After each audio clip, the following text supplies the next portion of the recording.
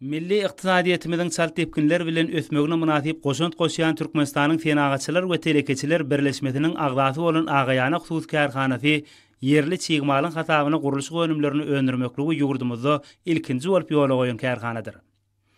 Kuwatly kärhanaň önümçiligi üçin gerek bolan çygmalyň 70 göterme babadyhanlarymyzyň bereketli topragymyzda ýetişdirýän gowaçalarynyň çöpü, galan möylegi ağaç garynlar bolup durýar.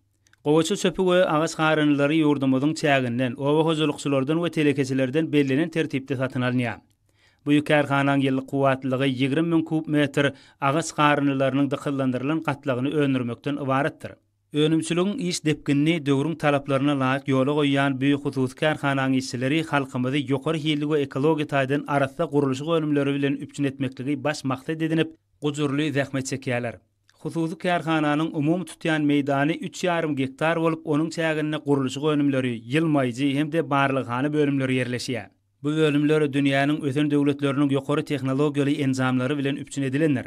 Agaç gyrynlysynyň dykyllandyrylan gatlagyny taýýarlamak üçin zerur bolan yerli çygmaly ilkinji nowatda barlyghany bölüminde gözden geçirilip, oň dykyllygy we çyglylygy barlanýar. Soňra önümçilige goý berilýär.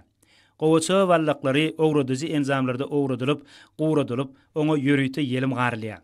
Soňra ýokary we gyrgyn matrysly enzamlardan geçirilip, kesici enzamy barýar we ölçege laýyk kesilip, taýýar önüm görnüşine getirilýär. Bu ýerde önümleriň ýüzüne dürli renkli örtügi tutmak işleri faýdaşly ýola goýulýar. Agaç gyrynlylarynyň dykyllandyrylan gatlagynyň ýüzüni örtmek guruluş önümleriniň hil derejesini hasam ýokarylandyrýar. Ýokary hilli taýýarlanýan dürli renkli önümler guruluş işlerine ulanmak üçin niýetlenendir.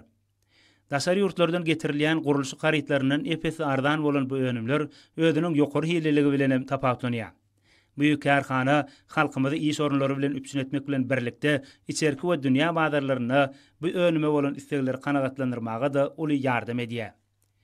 Türkmen telekeçileriniň ihlasy bilen bina edilen bu kärhanada her aýda ýokary hilli guruluş önümleriniň uly tapgyrlary öndürilýär. Häzirki döwürde Agaýany Husus Kärhanasy özüniň ýokary hilli we ekologiýa taýdan arasda bolan guruluş önümini daşary ýurtlaryň bir näçesine eksport edýär.